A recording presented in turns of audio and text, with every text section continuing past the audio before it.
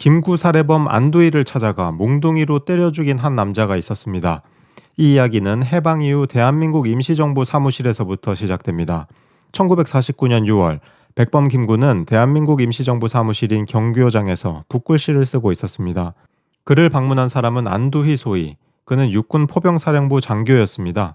군복 차림을 하고 경교장으로 찾아와서 비서진에게 백범 김구 선생에게 문안 인사를 드리러 왔다고 말했습니다. 안두희의 허리춤에는 권총이 있었지만 군인인 그가 총을 갖고 있는 게 이상하게 보이지는 않았습니다. 김구는 안두희를 사무실로 들어오라고 합니다. 붓글씨를 쓰던 백범에게 안두희가 말합니다. 선생님, 먹을 갈아드릴까요? 김구가 고개를 들어 안두희를 보려는 순간 안두희는 총을 꺼내들어 김구를 향해 발포합니다. 백범의 나이 72세였습니다. 안두희는 비서진들에 의해 바로 붙잡혔습니다. 비서들은 경찰에 신고를 했지만 기다렸다는 듯이 헌병들이 나타나 안두희를 체포해 갔습니다. 그가 법정에서 했던 진술의 요지는 김구가 남북협상을 통해서 정치사회에 혼란을 주고 공산주의자들을 자극시키고 찬동시키는 범죄를 저질렀기 때문에 그를 살해했다는 것이었습니다. 민족 지도자인 김구를 백주대낮에 살해한 남자, 안두희는 무기징역을 선고받았지만 3달 뒤 15년형으로 감형되었고 육군 형무소에 수감되었습니다. 그러나 그는 1년 후에 석방됩니다. 한국전쟁이 발발하며 군에 복귀했기 때문이었습니다. 심지어 그는 소위에서 소령으로 특진되기까지 합니다.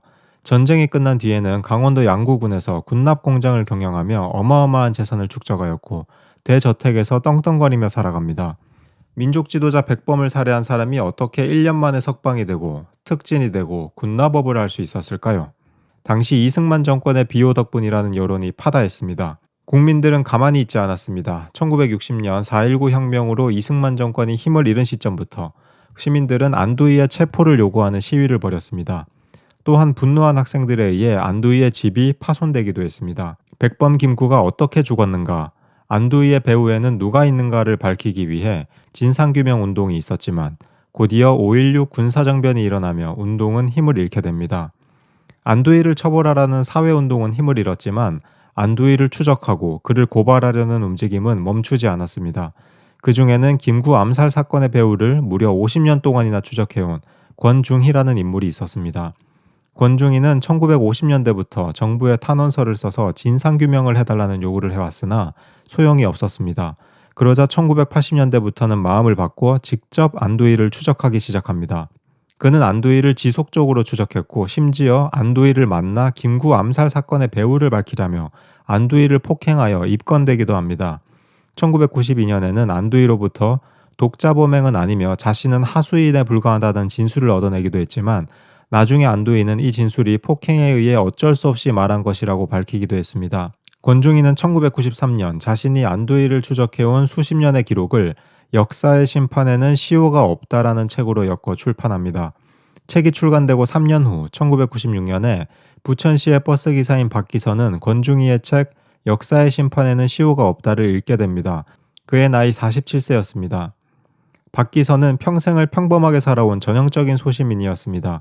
그는 택시기사, 제조공장 근로자, 전자기기 부품 생산업체 직원, 시내버스 기사로 살아왔습니다. 평범한 시민이었던 그는 안두희가 떵떵거리며 살아있는 걸 두고 볼 수 없었습니다. 그는 시장에 가서 길이 40cm 정도의 나무방망이를 구입한 다음 매직으로 정의봉이라고 씁니다. 또한 문구점에서 장난감총을 구입한 뒤 인천의 한 아파트로 향했습니다. 바로 안두희의 집이었습니다. 그야말로 천수를 다하고 제 생명을 부귀영화를 다 누리고 죽는다? 도저히 용납이 안 되는 거예요. 제 마음에, 제 양심에. 장난감 총으로 위협하며 집 안으로 들어갔고 정의봉을 휘둘러 안두희를 살해합니다. 범행 직후 박기선은 성당으로 가서 신부에게 고해성사를 합니다. 박기선은 신부의 권유에 따라 경찰에 자수하게 됩니다. 고해성사를 받았던 이준희 신부는 검찰의 참고인으로 출석했는데 다음과 같이 진술합니다. 박기서 씨는 김구 선생을 죽인 안두희가 당연히 처벌되어야 하는데 역사가 그 일을 하지 않으니 자신이 사명감을 가지고 안두희를 죽였다고 했습니다. 박기서 씨는 안두희의 장례와 그 영혼에 대해 걱정을 하면서 성당에서 안두희 장례를 치르는데 도움을 줄 수 없느냐고 물었습니다. 그래서 그 문제는 너무 걱정하지 말라고 얘기했으며 이후 아내에게 안두희의 살해 사실을 알리고 경찰에 자수했습니다. 이후 박기선은 경찰에 자수하며 기자회견을 가졌는데 이렇게 발언합니다. 안두희를 죽임으로써 역사가 무섭다는 것을 보여줘야 한다고 생각했다. 딸과 아들에게 미안하다. 그러나 아들이 커서 어른이 되면 백범 선생을 죽인 안두희를 살해한 아버지를 두었다는 것을 자랑스럽게 여기리라 생각한다.